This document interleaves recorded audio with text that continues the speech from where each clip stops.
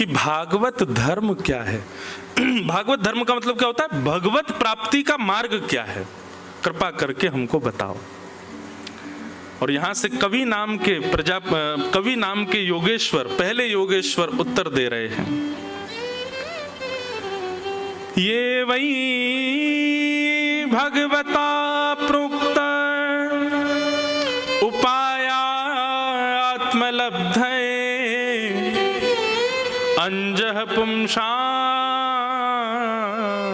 विदुषाम वृद्धि भागवतान हितान। अच्छा, एक बात मन में आती है, बहुत ध्यान से सुनना बंधु।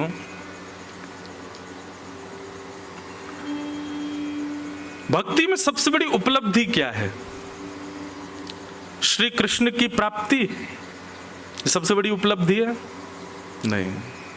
तो जिन्होंने नहीं कहा है वो उत्तर दो, क्या है फिर? जिन लोगों ने मना किया कि कृष्ण की प्राप्ति सबसे बड़ी उपलब्धि नहीं, तो फिर उत्तर बताओ क्या है सबसे बड़ी उपलब्धि?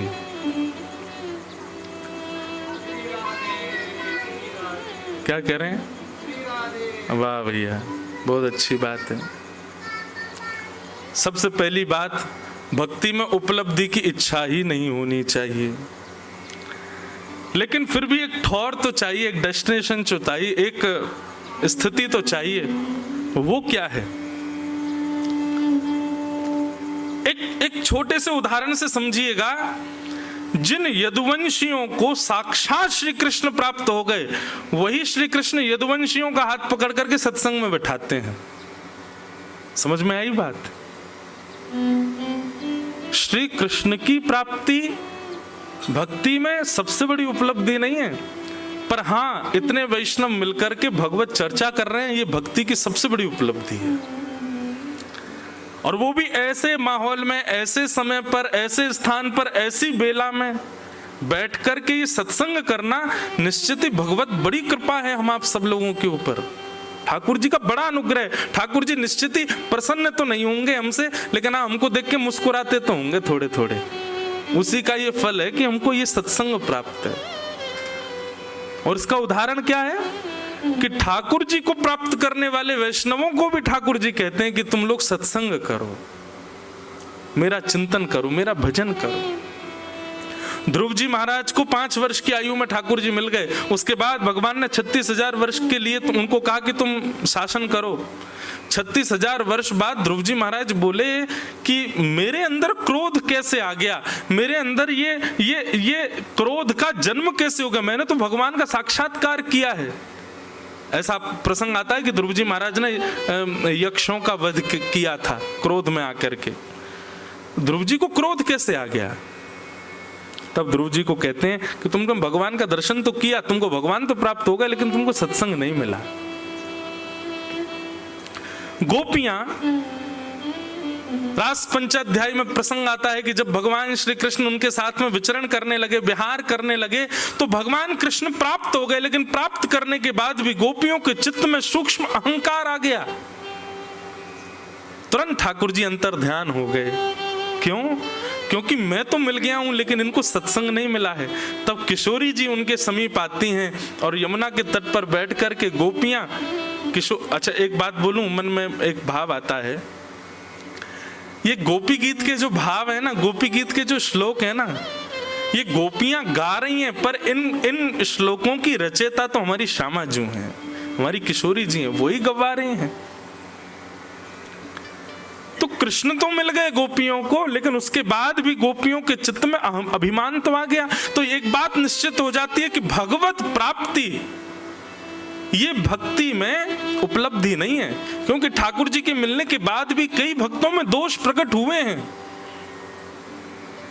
लेकिन वही भक्त जब सत्संग में जाता है, ठाकुर जी की रस चर्चा का श्रवण करता है, तो गाने लगता है, तब कथामृतम तप्त जीवनम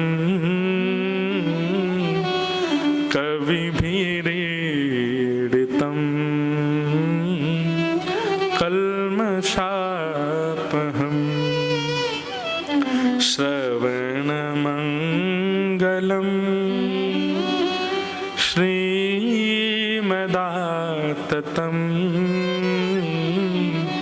भुवि गृह्णन्ति ते भूरिदा जनाः। वास्तव में गोपी गीत में जब ये वाला श्लोक आता है ना, तभी ठाकुर जी तैयारी बना लेते हैं, अब मुझे इनसे पुनः मिलना है। क्यों? क्योंकि कथा के प्रति, सत्संग के प्रति इनकी रुचि दिख रही है। ठाकुर जी जब देख लेते हैं कि भाई इसमें सारे गुण हैं, खूब जप करता है, खूब तप करता है, यज्ञ करता है, अनुष्ठान करता है, तिलक स्वरूप करता है, पर कथा में इसकी रुचि नहीं है, तो ठाकुर जी कहीं ना कहीं अपने आप को दूर ही रखते हैं। लेकिन बाकी के साधनों में इतनी रुचि नहीं है, कथा श्रवण में बड़ी रुचि है, तो ठाकुर जी पहले ही आड़े आ जाते हैं, बोले इसको दर्शन तो मुझे देना। सत्संग इतना प्रिय, क्योंकि ठाकुर जी जानते हैं कि सत्संग ही वैष्णव का शुद्ध निर्माण करता है। गैर सत्संगी व्यक्ति कितने भी नियम साधन करता हो, उसके अंदर अपराध रहेगा ही रहेगा, लेकिन सत्संगी व्यक्ति अपराध विमुक्त हो जाता है, क्योंकि सत्संग बता देता है, बोध करा देता है क्या सही, क्या गलत, क्या उचित, क्या अनुचित।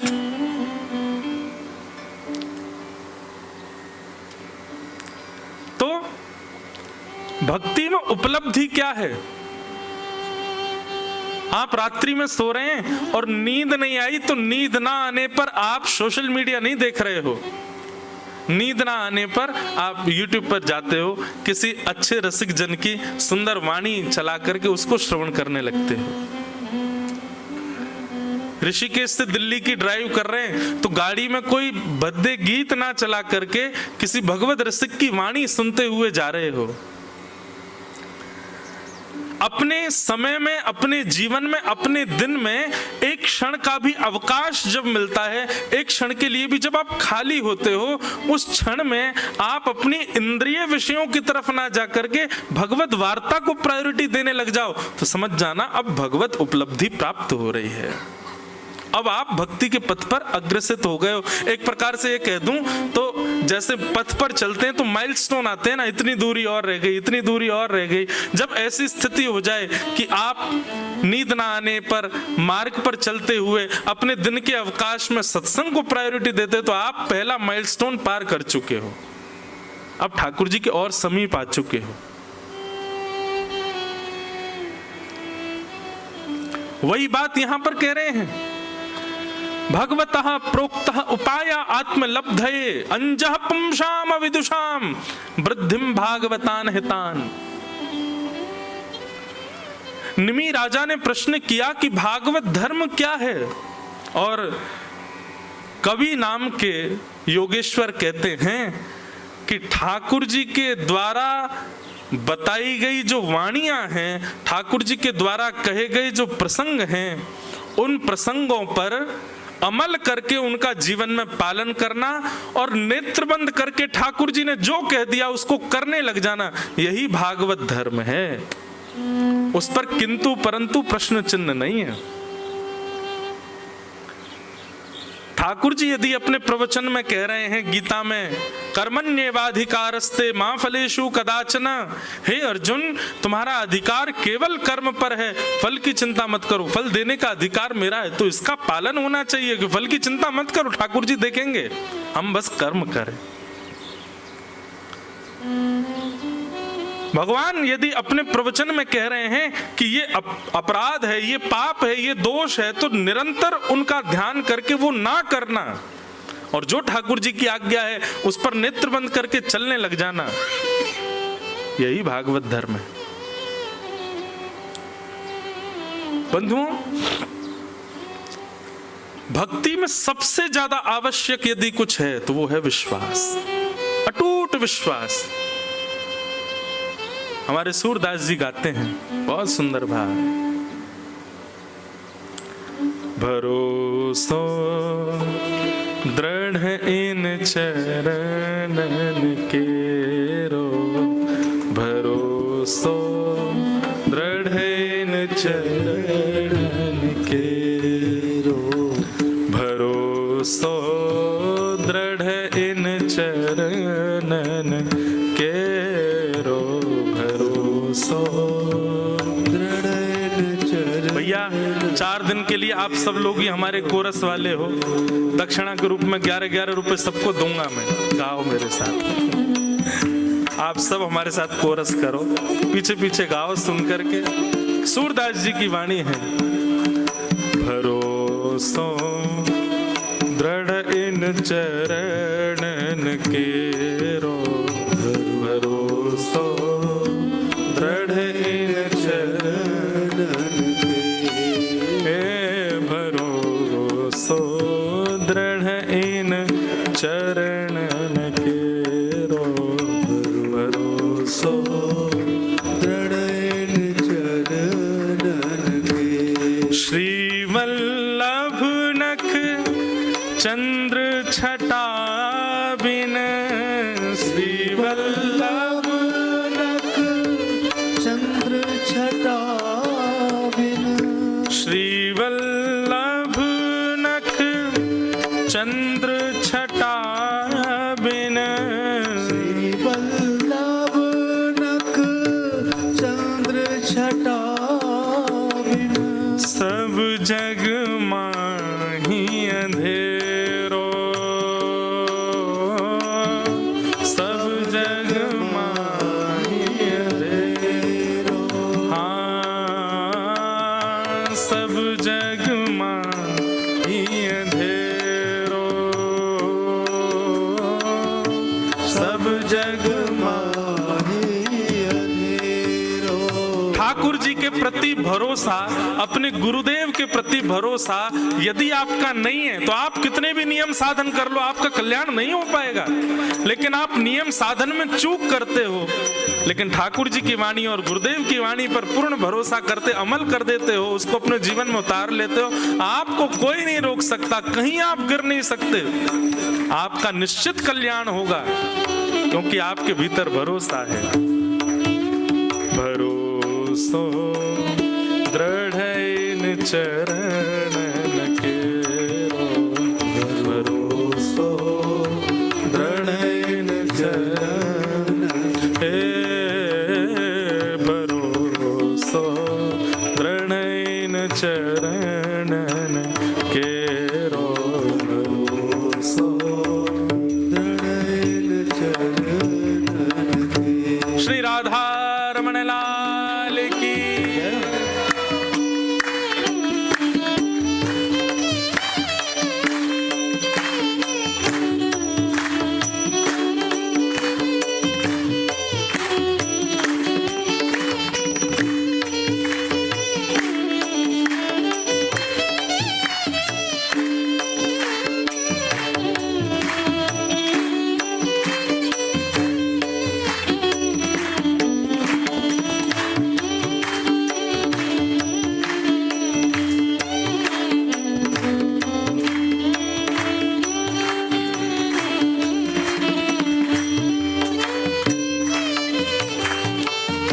साधन और नाहिया कली में, साधन और नाहिया कली में, साधन और नाहिया कली में, साधन और नाहिया कली में, जा होत निवेरो,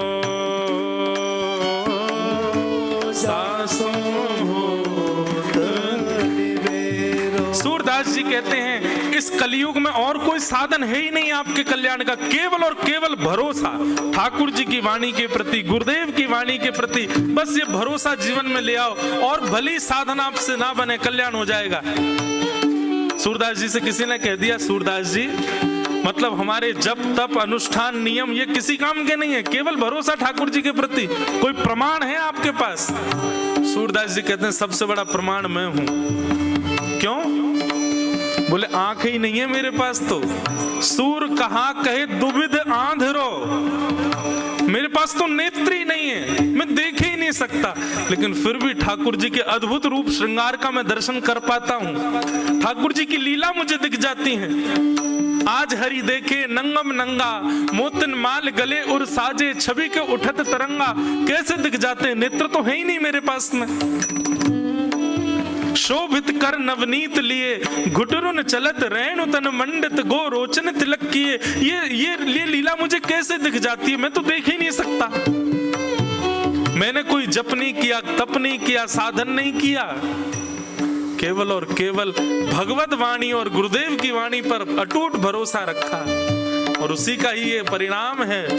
सूर कहाँ कहे दुविध आंधरो, सूर कहाँ कहे दुविध आंधरो, बिना मूल को चेरो,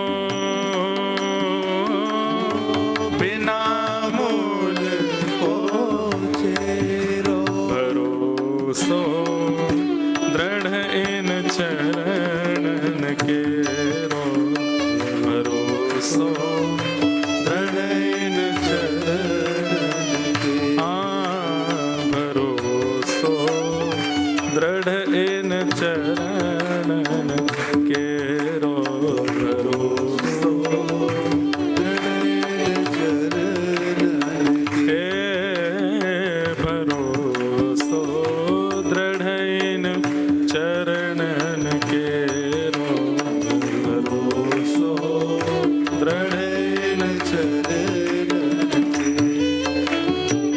सूर कहाँ कहे दुविध आंधरो, बिना मूल को चेरो, भरोसो दृढ़ इन चरणन केरो।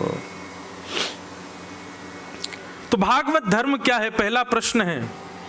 अगर नवयुगेश्वर संवाद चले तो प्रश्न और उत्तर दोनों यहां से जाने के बाद कक्ष में लिख लिया करना कि आज प्रश्न क्या किया था और आज उत्तर क्या मिला था। तो प्रश्न क्या है कि मुझे बताइए भागवत धर्म क्या है।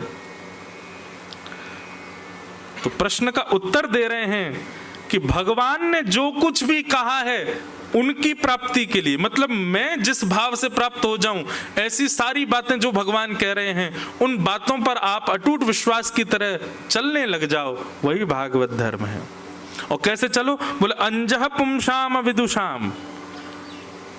इसका अर्थ क्या है, बोले नेत्र बंद करके ठाकुर जी की कही गई बात पर फिर ये नहीं हो कि कहीं गिर तो नहीं जाएंगे, कहीं ऐसा तो नहीं हो जाएगा, कहीं ये तो नहीं हो जाएगा, ये कैसे करेंगे, वो कैसे होगा, कर लो बस। उस पर फिर ज्यादा चिंतन मत करो, ज्यादा उस पर संशय मत करो। संशय आत्मा विनश्यति। भगवत वाणी पर जब संशय होता है ना, तो वहीं हम लोगों का पतन हो जाता है, वहीं हम लोग गिर जाते हैं, संशय में। तो क्या करें, जब तक पूर्ण विश्वास नहीं हो जाए भगवत वाणी पर, तब तक उसका पालन मत करो, तब तक फिर नाम जप और ये सब आदि साधन करते रहो। जब लगे कि हाँ बस अब जो ठाकुर जी की वाणी है, अब इस पर हमको कोई संशय नहीं है, तब चलो। कहीं चलने के बाद संशय हुआ ना, तो फिर गिर जाओगे। लेकिन एक और बात यहां पर भगवान कहते हैं कि धावन निमिल्य वा नेत्रे नस्खले न पते दिह। बोले जो व्यक्ति मेरे बताए मार्ग पर चलने लग जाता है वो कभी गिरता नहीं, और गलती से कभी अविश्वास के कारण गिर भी जाएगा तो चिंता ना करे, मैं ही उसको उठाऊंगा। क्योंकि मेरी जिम्मेवारी बन जाती है, जब कोई मेरे मार्ग पर चलता है तो मेरी लायबिलिटी हो जाती है कि उसको फिर कोई दिक्कत ना हो। लेकिन फिर भी यहाँ रसिक जन आज्ञा कर रहे हैं, भगवत वाणी आज्ञा करती है कि आप उस पर विश्वास करके ही चलो जो भगवत वाणी है। भगवत वाणी क्या है, पूरी भागवत भगवत वाणी है, रामायण भगवत वाणी है, भगवत गीता भगवत वाणी है। व्यास मंच पर बैठ करके व्यास जन बुद्धि विवेक के साथ, आजकल व्यास मंच से भी कुछ भी कह दिया जाता है, इसलिए मिलावट केवल मिठाइयों में नहीं है, सब्जियों में ही नहीं है, व्यासपीठ पे भी हो गई है, हैं? हाँ, अरे वाह, यहाँ पर भी एडवर्टाइजमेंट, इनका मावे का व्यापार है, तो यूँ कह रहे मावे में भी नहीं है। वाह, अरे नहीं भैया, खूब मिठाई खाओ हैं, 2 लोगों का कल्याण होता है मिठाई खाने से, हलवाई का और डॉक्टर का। हलवाई का होता है कि उसकी मिठाई बिकती है, डॉक्टर का होता है तुम पेशेंट बन के आओगे, शुगर हो जाएगी, खूब खाओ। तो हम क्या कह रहे थे, मिलावट सब जगह हो गई। तो आजकल तो ये भी बुद्धि विवेक रखना पड़ेगा आपको कि किसकी बात माने। जब संत का रूप रावण धारण कर सकता है, तो आजकल कहीं कहीं जो है व्यास मंच का भी स्वरूप थोड़ा थोड़ा बिगड़ गया है, कुछ भी बोल देते हैं लोग। अच्छा, ये भी एक मेरे को ऐसा भाव लगता है कि व्यास मंच से, वाणी से कुछ भी निकल जाना, इसमें भी कहीं ना कहीं गुरु विश्वास की कमी है, गुरु के प्रति भरोसा नहीं है, इसीलिए तुम्हारी वाणी में वो क्षमता नहीं है कि वो अपने आपे से बाहर हो जाती है। हम तो सही बताएं, हम तो ये भूल करके बैठते हैं कि हम कथा करने जा रहे हैं, हमारी कथा से कुछ होगा। हमारे गुरुदेव कृपा करेंगे, उनकी कृपा से जो वाणी में भाव आएगा वही हम बोलेंगे। हमारा अपना कोई बल नहीं, भरोसा दृढ़ इन चरणन केरो। तो आजकल तो ये भी सोच परख करके देखना है कि किसकी वाणी माननी है। उसके लिए तो जप तप नियम साधन बहुत जरूरी है, क्योंकि इन्हीं से ही बुद्धि विवेक जागृत होगा कि किसकी वाणी उचित है। वैसे तो हम पहले कथा में कहते थे कि भाई भगवत लोगों में, वैष्णवों में भेद मत देखो, सब में भेद, प्रणाम में मत देखो, सबको प्रणाम करो, पर पालन किसकी वाणी का करना है, इस पर विवेक रखना अब अनिवार्य हो गया है, अब अनिवार्य है। तो हम क्या निवेदन कर रहे थे, भगवान कहते हैं मेरे द्वारा कही गई जो वाणी है उसका जो अटूट विश्वास के साथ पालन करने लग जाए वही भागवत धर्म है। अच्छा, आप भागवत धर्म का पालन करने लग गए तो आपके अंदर सिम्टम्स क्या आएंगे, पता कैसे चले कि आप जो भागवत कथा सुनते हैं या भगवत वाणी सुनते हैं, सत्संग सुनते हैं, वो आपके जीवन में इंप्लीमेंट हुआ है, उसके फिर सिम्टम्स क्या होंगे। तब यहाँ पर कवि नाम के जो योगेश्वर हैं वही बता रहे हैं क्या, कि कायेन वाचा मनसेन्द्रियैर्वा बुद्ध्यात्मना भानुषित स्वभावात्, प्रसिद्ध श्लोक है, करोमि यत् सकलं परस्मै नारायणायेति समर्पयेत्। फिर क्या होगा, आप जब भगवत वाणी का पालन करने लग जाएंगे, अटूट विश्वास के साथ भागवत धर्म भक्ति पथ पर चलने लग जाएंगे, तो आप अपनी सत्ता भूल जाओगे। अभी क्या होता है, ये काम मैंने किया, ये मैंने किया, ये क्रिया मेरे द्वारा संपादित हुई है, इसको मैंने बनाया, इसको मैंने सिखाया। ये मैं पना जो होता है ना, ये आपके अंदर यदि विद्यमान है तो निश्चित ही आप अभी भक्ति पथिक बने नहीं हो। आप कुछ भी कर रहे हो और उस क्रिया के पीछे मन में भाव आता है कि मेरे ठाकुर जी ने कराया, श्री गोपाल जी की कृपा से हुआ। अच्छा, एक और बात बोलूं, इसमें भी दो तरफा बात है। कई लोग बोलते तो ऐसा है ठाकुर जी ने कराया, लेकिन मन ही मन ये सोचते किया तो मैंने ही है। बोलने में क्या जाता है भैया, तुमने बहुत जोर की कोठी बनाई, सब ठाकुर जी कृपा, ठाकुर जी ने करवाया। ठाकुर जी तब मन में सोचते होंगे मैं सीरियस हो जाऊं। कभी कभी मेरे मन में भाव आता है ठाकुर जी की एक बहुत बड़ी कृपा है हम पे कि वो हमारी बात को सीरियसली लेते नहीं है।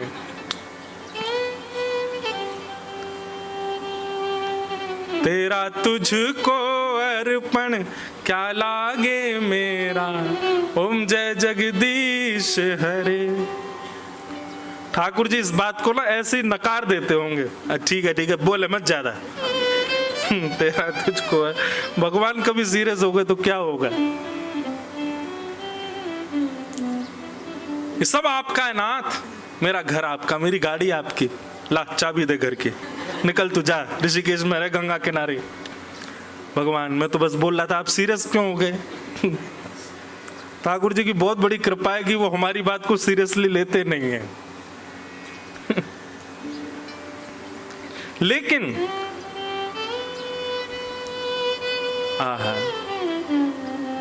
कुम्भन दास जी का एक चरित्र याद आता है कि कुम्भन दास जी जिस कुटिया में रहते थे, मैं बताता हूं कभी कभी कथा में, उनके बगल वाले कुटिया में एक वैश्या रहती थी। और वो वैश्या, कुम्भन दास जी का नियम था दिन भर तो वो सब काम करते थे, लेकिन जब अर्धरात्रि हो जाती थी, बिल्कुल अंधेरा, तब उठ करके स्नान करके रात में भजन करते थे। क्यों? बोले रात में सब सो रहे हैं, शोर शराबा नहीं, ध्यान लगेगा, मन लगेगा, रात में बैठ करके भजन करते थे। और वैश्या के भी प्रेमी सब रात को ही आते थे। रात भर वहां पर भद्दे गीत गाए जाते, नाच गाना होता। और उन सब से कुम्भन दास जी को थोड़ा बहुत तो कष्ट होता ही था।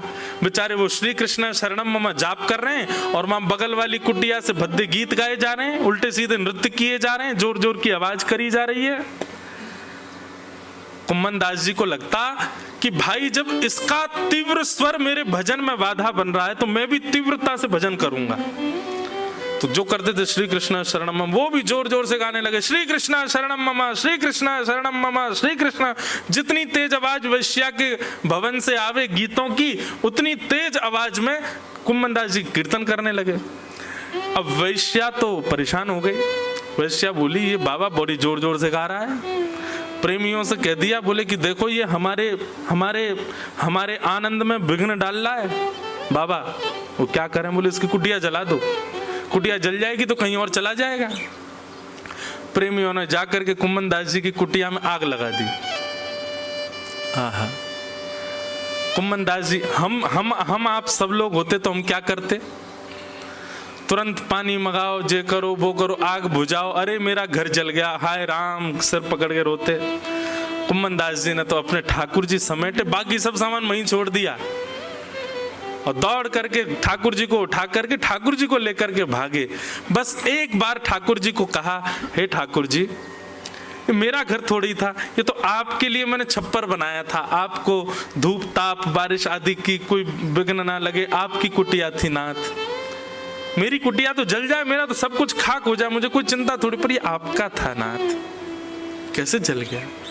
इतने विश्वास से जब ठाकुर जी से थोड़े विरह में आकर के जब कुम्भन दास जी ने बात कही, ठाकुर जी बोले, अरे अभी बताऊं।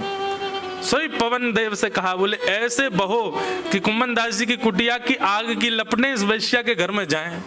जोर की हवा चली, आग तो लगी थी कुम्भन दास जी कुटिया में, पर वो लपटें सारी जाने लगी वैश्या के भवन में, और देखते ही देखते उसका भवन जल गया। वैश्या निकल करके आई बाहर, कुम्भन दास जी को गालियां देने लगी, चढ़ गई ऊपर, बोले कैसे तुमने मेरी कुटिया में आग लगा दी? कुम्भन दास जी बोले, एक बात बता, तैने मेरी कुटिया में आग लगाई? बोले नहीं, मैंने नहीं लगाई, मेरे प्रेमियों ने लगाई। बोले तेरे प्रेमी ने मेरी कुटिया जलाई, मेरे प्रेमी ने तेरी जला दी। प्रेमी प्रेमियों को लड़ने दे, मैं और तू काय को लड़े बीच में? लड़ने इनको ही। वहीं श्री नामदेव जी का प्रसंग आता है कि उनके कुटिया में आग लगी तो उनकी स्थिति क्या हुई? एक किनारे पर आग लगी तो नामदेव जी गए, घर के सारे सामान उठा उठा के मां डालने लगे। घर के लोग बोल, कब पागल हो गए? नए का आग लगी है, तुमने बाकी सब उसमें क्यों झोंक दिया?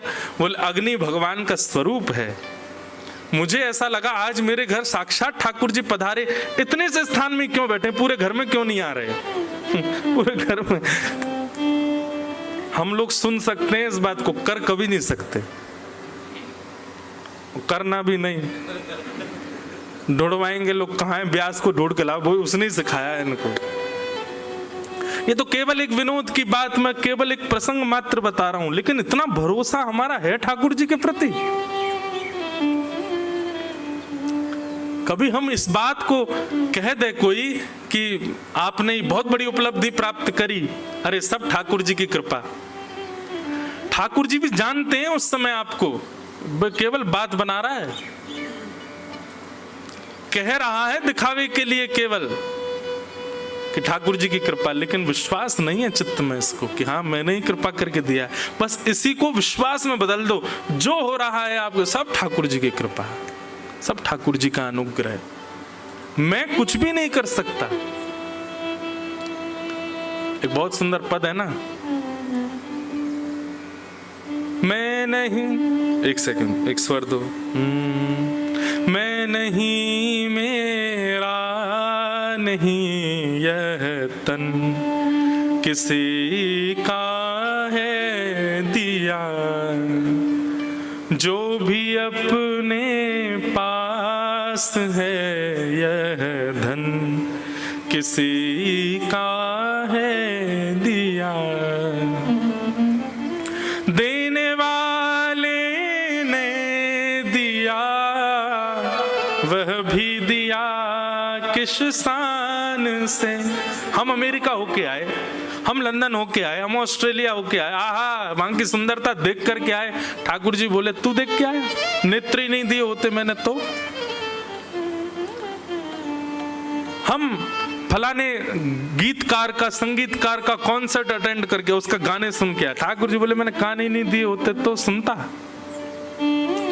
अरे हमने पैदल पूरी परिक्रमा कर दी गिरिराज जी की महाराज, ठाकुर जी बोले पाँव ही नहीं दिए होते तो करता। ये मैंने किया, मैंने किया, मैंने किया आप नहीं कर सकते। आप जो कुछ भी कर रहे हो, सोने से लेकर के खाने तक, खाने से लेकर के अपने जीवन की उपलब्धियों तक, सब ठाकुर जी की कृपा है आप पर। आप स्वयं की सत्ता पर कुछ नहीं कर सकते। इसलिए जो कुछ भी करो हर स्थिति में नारायणाय। अब अभी क्या हमारी स्थिति क्या हो गई है, हमारे साथ कुछ भी अच्छा होता है तो हम सोचते हैं हमने किया, और कुछ बुरा हो जाता है तो गुरुजी के पास, गुरुजी हमारे संग ऐसा क्यों हो गया, हमारे साथ ठाकुर जी ने ऐसा क्यों किया। कभी अच्छे होने पर कभी जाके किसी ब्राह्मण देवता से कहा ठाकुर जी ने हमारे साथ ऐसा क्यों किया, हम तो इसके लायक ही नहीं थे फिर क्यों किया, कभी बोलते हैं हम? कभी नहीं। हमारे साथ बुरा होता है हम तभी ज्योतिषी के पास हाथ क्यों दिखवाते हैं, देखना जरा बुरा क्यों चल रहा है, हमारी जन्म कुंडली देख लो सब बुरा बुरा क्यों हो रहा है। जब अच्छा होता है तब हमको कभी संशय नहीं आता मन में कि मैं तो इस लायक ही नहीं था, मेरी कुंडली देख के बताना अच्छा क्यों हो रहा है मेरे साथ। कभी देखा है ऐसा? कभी नहीं। क्योंकि अच्छे पर हमको ये लगता है ये हम कर रहे हैं, और बुरे पे हमको ये लगता है ठाकुर जी हमको, ठाकुर जी पे इतना समय है, इतने इतने खाली बैठे हैं ठाकुर जी, इतने खरब अरब जनसंख्या के, और उसमें भी महाराज छोड़ो, आपको केवल पृथ्वी दिखाई दे रही है, आपको केवल उतना दिखाई दे रहा है जितनी आंखों की क्षमता, ब्रह्मांड उससे कई गुना ज्यादा बड़ा है। एक बार प्रिया प्रियतम की लीला चल रही थी वृंदावन में, ललिता विशाखा दोनों पहरेदारी कर रही थी। इतने में ब्रह्मा जी आए, कोई बहुत इंपॉर्टेंट मीटिंग करनी थी उनको भगवान से, ब्रह्मांड के रिगार्डिंग कुछ निर्णय लेना होगा। तुरंत आ गए वृंदावन। ललिता विशाखा जी बोली रुकिए रुकिए रुकिए, कहाँ जा रहे हैं आप? बोले आप मुझे नहीं रोक सकते। बोले अंदर निवृत्त निकुंज की लीला चल रही है, सखियों का प्रवेश नहीं है, आप कहाँ भीतर जा रहे हैं? बोले अरे आप जानते नहीं मैं ब्रह्मा हूं, ब्रह्मा को आप नहीं रोक सकते। ललिता विशाखा बोली क्षमा करो, भीतर तो नहीं जान देंगी। ब्रह्मा जी बोले आप लोग मुझको रोक रही हैं, अभी आप जानती नहीं है मैं कौन हूं। बोले कौन हूं? बोले मैं ब्रह्मा हूं। आपने गलती से भी अगर भगवान को जाके बता दिया ना ब्रह्मा आया है, तो पहले तो आपको दो बात डांटेंगे, तुमने ब्रह्मा को नहीं आने दिया अंदर। इसलिए मेरी प्रार्थना स्वीकार कीजिए, कैसे भी भगवान को यह बात पता लगवाइए कि ब्रह्मा आया है, बहुत जरूरी बात करनी है मुझे भगवान से। ललिता विशाखा बोले रुको हम अभी कुछ करते हैं। ठाकुर जी किशोरी जी लीला कर रहे थे। अब निकुंज में, निवृत्त निकुंज में प्रत्यक्ष नहीं जाती सखियां, किसी वृक्ष के पीछे छुप करके कोई आज्ञा लेनी होती वहीं से बोल देती हैं। तो ललिता ने धीरे से आवाज करके बोली हे श्याम सुंदर, क्षमा प्रार्थी हैं, आपकी लीला में हम विघ्न बनने। पर द्वार पे एक व्यक्ति आयो है और बार बार यूं कह रहा है कि मेरा नाम जाके ठाकुर जी को बताए दो। ठाकुर जी बोले कौन आया है? बोले यूं कह रहा हूं मैं ब्रह्मा हूं, ब्रह्मा आयो है आपसे मिलवे के काजे। ठाकुर जी बोले कौन सा ब्रह्मा आयो, बात नाम पूछ के आओ। ललिता जी बाहर गई, बाहर जाके बोली आपका नाम क्या है? ठाकुर जी नाम पूछ रहे हैं। ब्रह्मा जी हंसने लगे, अरे मैं ब्रह्मा हूं, चतुरानन, मुझे चतुरानन भी कहा जाता है, पूरी सृष्टि का रचयिता मैं हूं, ब्रह्मा। जाके ठाकुर जी से बोलिए, आदि कवि ब्रह्मा, आदि सृष्टि रचयिता ब्रह्मा, चतुरानन ब्रह्मा, ये सब मेरी उपाधियां, जाके बता दो भगवान को।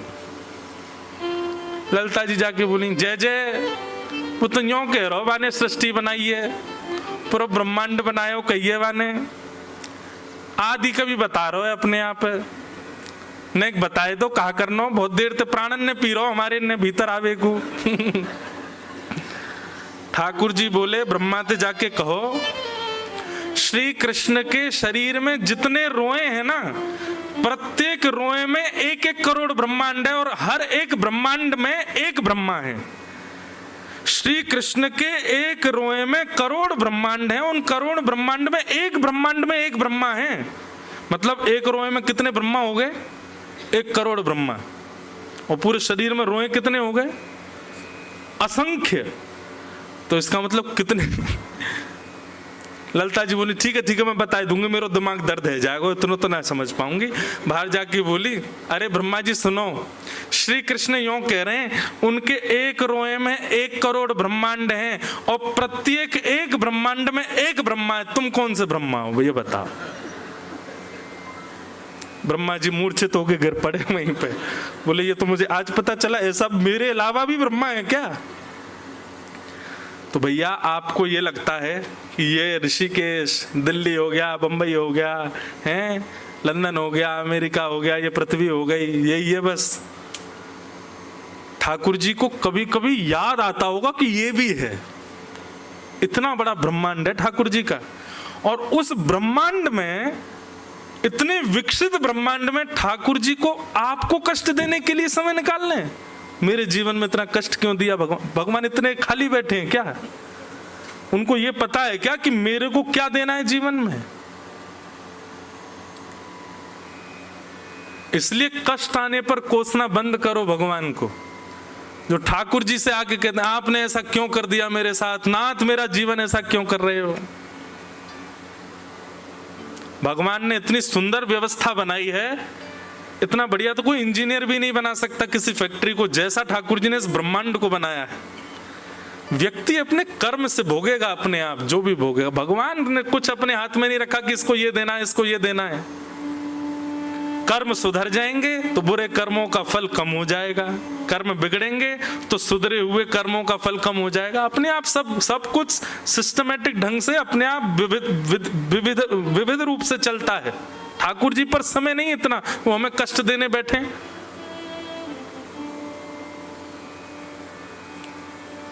सब कर्म फल भोग रहे हैं। आप केवल अपने भजन के भाव से, अपने हृदय की शुद्धता से, अपने कर्मों की शुद्धता से अपने दूषित कर्मों को शुद्ध कर सकते हो। ठाकुर जी के हाथ में दुख सुख देना नहीं है तो सब उन्हीं के हाथ में, लेकिन वो इतना समय नहीं है उनके पास कि वो विचार करें आपके लिए। उसके लिए क्या करो?